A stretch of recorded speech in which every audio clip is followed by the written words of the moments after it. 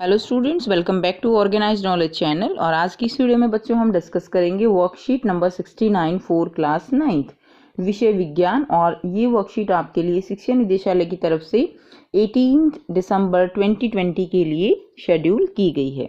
आज की वर्कशीट में भी बेटा हमारा चैप्टर कार्य तथा ऊर्जा कंटिन्यू है और आज का टॉपिक होगा ऊर्जा संरक्षण का नियम। और अभी तक बेटा अगर आपने चैनल को सब्सक्राइब नहीं किया है तो चैनल को सब्सक्राइब कर लें और बेल आइकन भी प्रेस कर लें ताकि आप बच्चों को हर वीडियो की नोटिफिकेशन मिलती रहे। So now let's start. जी कैसा दीदी, हम जानते हैं कि ऊर्जा एक रूप से दूसरे रूप में बदल सकती है, लेकिन निकाय की कुल ऊर्जा का क्या होता है?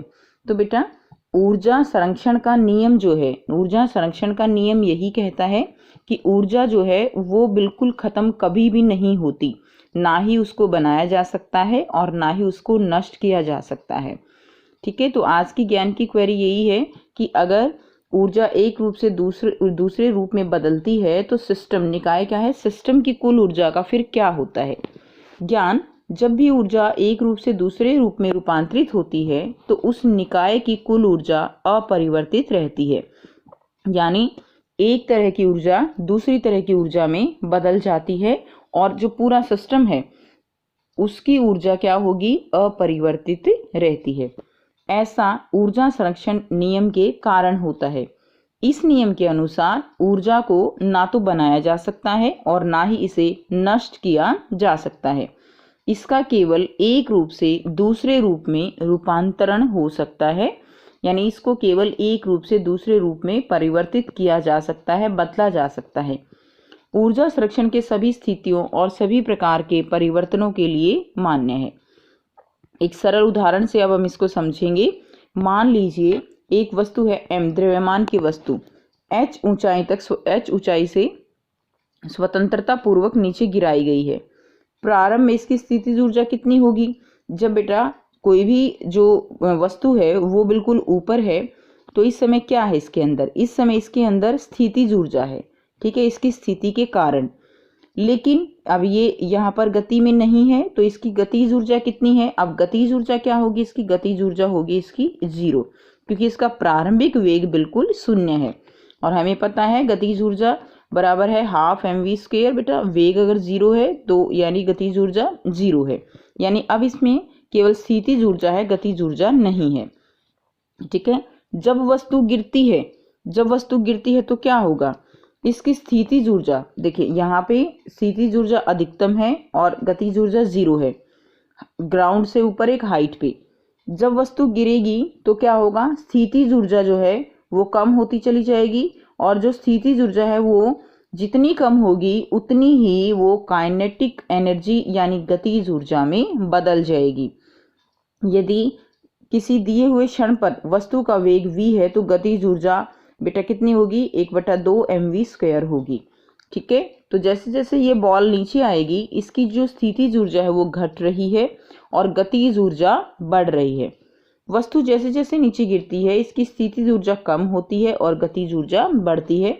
जब वस्तु धरती पर पहुंचने वाली होती है, जब ये बिल्कुल नियर टू ग्राउंड होती है तो इसका हाइट तो लगभग 0 हो जाएगी तथा इस अवस्था में वस्तु का अंतिम वेग जो है वो क्या होगा? v, अंतिम वेग अधिकतम होगा। अब v अगर अधिकतम है तो अब क्या होगा? गतिज ऊर्जा यहाँ पर अधिकतम होगी और स्थितिज ऊर्जा यहाँ पर न्यूनतम होगी, यानी सबसे कम होगी। तथापि सभी बिंदुओं पर वस्तु की स्थितिज ऊर्जा तथा गतिज ऊर्जा का योग समान रहता है, यानी किसी भी बिंदु पर अगर हम यहाँ इसकी बात करें तो यहाँ पर भी क्या होगा? यहाँ पर जो स्थितिज ऊर्जा है और जो गतिज ऊर्जा है उनका जो योग है वो क्या होगा? वो योग टोटल जो है वो समान बना रहता है जो बिल्कुल शुरुआत में था। ठीक है, यानी अगर हम देखें, मान लीजिए शुरुआत में स्थितिज ऊर्जा 100 है और गतिज ऊर्जा 0 है और नीचे अगर हम किसी पॉइंट पर देखते हैं तो मान लीजिए स्थितिज ऊर्जा 50 है तो बेटा गतिज ऊर्जा उस समय कितनी होगी? 50 होगी, यानी कुल ऊर्जा वो कितनी है? 100 है। तो यहाँ पर अगर स्थितिज ऊर्जा 50 है तो उस समय गतिज ऊर्जा 50 होगी और जो कुल ऊर्जा है वो 100 ही रहेगी। ठीक है, उसके बाद देखिए, अतः स्थितिज ऊर्जा और गतिज ऊर्जा यानी ये अचर हैं, यानी अपरिवर्तित हैं। किसी वस्तु की गतिज ऊर्जा और स्थितिज ऊर्जा का योग उसकी कुल यांत्रिक ऊर्जा होती है। यानी बेटा एक कोई भी जो ऑब्जेक्ट है, वस्तु है, उसके अंदर स्थितिज ऊर्जा और गतिज ऊर्जा, उन दोनों के योग को, जो ऊर्जा उसमें दोनों निहित होती हैं, उसके योग को बोला जाता है यांत्रिक ऊर्जा। ठीक है, यानी potential energy plus kinetic energy, ये दोनों क्या होंगी, ये दोनों बराबर होंगी किसके बेटे, यांत्रिक ऊर्जा की। ठीक है, ये बराबर होंगी यांत्रिक ऊर्जा की। उसके बाद नेक्स्ट करेंगे, हम देखते हैं कि किसी पिंड के मुक्त रूप से गिरते समय, मुक्त यानी बेटा फ्री फॉल, ठीक है ना, हम देखते हैं कि किसी पिंड के मुक्त रूप से जब कोई भी पिंड ऊपर से गिरता है, इसके पथ में किसी बिंदु पर स्थितिज ऊर्जा में जितनी कमी होती है, गतिज ऊर्जा में उतनी ही वृद्धि हो जाती है। ये हमने अभी समझा। जैसे जैसे नीचे स्थितिज ऊर्जा कम होगी, गतिज ऊर्जा बढ़ती चली जाती है। इस प्रकार गुरुत्वीय स्थितिज ऊर्जा का गतिज ऊर्जा में निरंतर रूपांतरण हो रहा है। यानी जो गुरुत्वीय स्थितिज ऊर्जा है वो किस में बदल रही है, यहाँ पे वो गतिज ऊर्जा में बदल रही है। और इस तरह हम कह सकते हैं कि जो सिस्टम है उसकी जो ऊर्जा है वो क्या है, वो इस तरह से अपरिवर्तित रहती है। अब बेटा यहाँ पे कुछ प्रश्न दिए गए हैं। पहला प्रश्न क्या है, ऊर्जा संरक्षण का नियम लिखिए। तो ऊपर आपका ऊर्जा संरक्षण का नियम दिया गया है, यहाँ से कर लेंगे। इस नियम के अनुसार ऊर्जा को ना तो बनाया जा सकता है और ना ही नष्ट किया जा सकता है। इसका केवल एक रूप से दूसरे रूप में रूपांतरण हो सकता है। ये जो है आप क्वेश्चन नंबर फर्स्ट का उत्तर कर लेंगे। नेक्स्ट देखिए, प्रश्न 2 है, एक गतिशील गोलक कुछ समय पश्चात विराम अवस्था में क्यों आ जाता है? अंततः इसकी ऊर्जा का क्या होता है? क्या यह ऊर्जा संरक्षण नियम का उल्लंघन है? तो बेटा देखिए, गतिशील गोलक है जिसको हमने एक पोजीशन से ऐसे छोड़ दिया। ठीक है, मान लीजिए ये जो है गोलक है, इसको हमने यहाँ से क्या कर दिया, छोड़ दिया, तो ये क्या इधर जाएगा, उसके बाद क्या होगा, ये फिर से इधर जाएगा। ठीक है, तो इस तरह से ये गति करेगा, लेकिन कुछ समय बाद ये अपने आप जो है रुक भी जाएगा। ये रुकेगा क्यों? क्योंकि जो गतिज ऊर्जा है इसकी, ठीक है, उसमें लगातार कमी आएगी।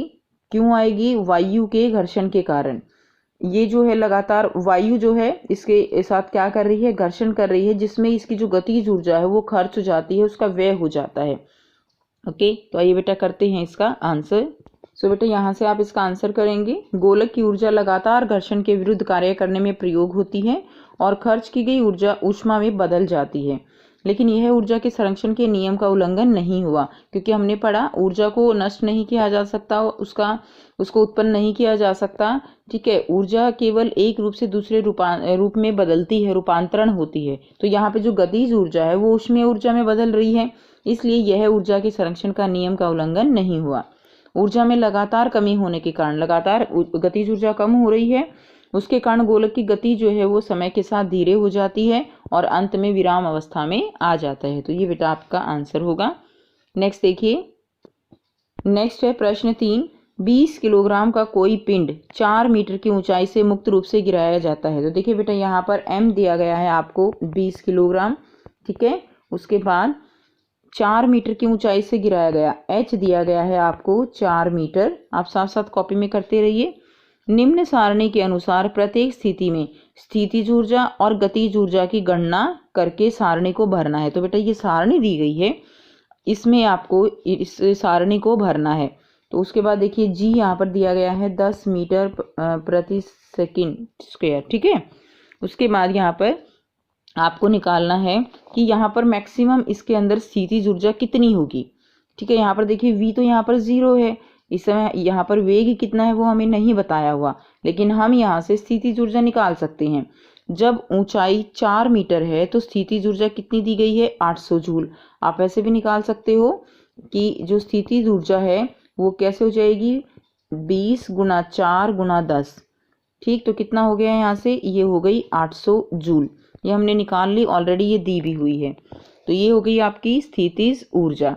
तो ये कितनी है, 800 जूल। लेकिन गतिज ऊर्जा कितनी है इस समय, ठीक है। जब ऊंचाई से जहाँ गिराया जाता है, बाद में एक पॉइंट पे तो क्या है, हमने अभी इस एग्जांपल में पढ़ा था, एक पॉइंट पे उसकी स्थितिज ऊर्जा मैक्सिमम है, अधिकतम है, और वो पॉइंट कब है कि जब बिल्कुल वो ऊंचाई पर है, गिरना अभी स्टार्ट नहीं हुआ है, उस समय गतिज ऊर्जा 0 होगी। और अगर हम कुल ऊर्जा की बात करें तो 800 और 0 कितना हो गया, ये हो गया 800। ठीक है, तो ये आप जो है इस तरह से करेंगे। अब हम अगला करेंगे। अगले में क्या दिया गया है, ऊंचाई जहां वस्तु स्थित है, अब 3 मीटर है। अब क्या हो गया, अब 4 की जगह कितना हो गया, 3 हो गया। यानी अब आप क्या करेंगे, अब आप इसमें जो है कैलकुलेट करके देख सकते हैं। अब यहाँ पे 3 आ जाएगा, ठीक है, यहाँ भी 3 आ जाएगा, तो अब कितना आ जाएगा, अब ये 600 आ जाएगा। यही फॉर्मूला लगाएंगे तो अब स्थितिज ऊर्जा कितनी आ जाएगी, अब स्थितिज ऊर्जा बेटे यहाँ पे 600 आ जाएगी। लेकिन अब गतिज ऊर्जा कितनी है, टोटल हमारे पास कितनी है 800, उसमें से स्थितिज ऊर्जा अब हो गई 600। तो कितनी ऊर्जा गतिज ऊर्जा में बदल गई, 800 है ना टोटल, तो 600 और 200, यानी गतिज ऊर्जा कितनी हो गई, गतिज ऊर्जा यहाँ से 200 हो गई। कुल ऊर्जा तो 800 ही रही। ठीक है, तो इस तरह से हम इसको करेंगे। अगर आप जो है इसको वस्तु को अगर 2 मीटर की ऊंचाई पर लेते हो तो क्या होगा, 400 हो जाएगी। स्थितिज ऊर्जा 400, गतिज ऊर्जा भी 400, टोटल फिर भी 800 ही रहेगी। ठीक है, तो ऐसे करेंगे हम। तो अब हम कंप्लीट टेबल को फिल करेंगे। सो बेटा यहाँ से आप इस टेबल को कंप्लीट कर लेंगे। तो जैसे मैंने आपको समझाया कि अगर आप mgh निकालते हैं, हर बार आपको h चेंज करके देखना है। देखिए सबसे पहले क्या होगा, 800 जूल, 0 और 800, टोटल ऊर्जा कुल ऊर्जा 800 हो जाएगी। उसके बाद जब आपने h की जो मान है वो 3 रखा, m जो है हमारे पास 20 गुणा 10 गुणा 3, तो हमारे पास आ गया 600। ठीक है, तो फिर काइनेटिक एनर्जी जो है गतिज ऊर्जा वो बच गई 200, लेकिन कुल ऊर्जा कितनी है 800। उसके बाद जब आप इसका मान जो है 20 गुणा 10 गुणा कितना रखते हो, h का मान 2 रखते हो, तो आपके पास आ गया 400। ठीक है, तो गतिज ऊर्जा भी 400 होगी, कुल ऊर्जा 800 रहेगी। जब आप जो हाइट है mgh, इसमें 20 गुणा 10 गुणा हाइट कितनी है, अब बेटा ऊंचाई 1 रखते हो तो मान आ गया 200। अब जो गतिज ऊर्जा है वो 600 होगी, क्योंकि कुल ऊर्जा हमारी 800 है। ठीक है, तो कुल ऊर्जा कितनी हो जाएगी 800। धरती से ठीक ऊपर हमने किया था, स्थितिज ऊर्जा जो है वो बिल्कुल कम हो जाएगी, हम 0 मान के चलेंगे। उस समय गतिज ऊर्जा वो क्या होगी, वो जो है 800 रहेगी, कुल ऊर्जा 800 रहेगी। यानी पूरा जो निकाय है, सिस्टम है, उसकी ऊर्जा जो है वो क्या रहेगी, वो अपरिवर्तनीय रहती है। ठीक है, सो ये थी बच्चों आपकी आज की बेटा साइंस की वर्कशीट। आई होप बेटा आपको ये वर्कशीट क्लियर है। कोई भी डाउट है तो आप कमेंट करके पूछ सकते हो। अगर वीडियो अच्छी लगी तो लाइक शेयर ज़रूर कर दीजिए, चैनल को सब्सक्राइब भी कर लीजिए। And thanks for watching, have a nice day.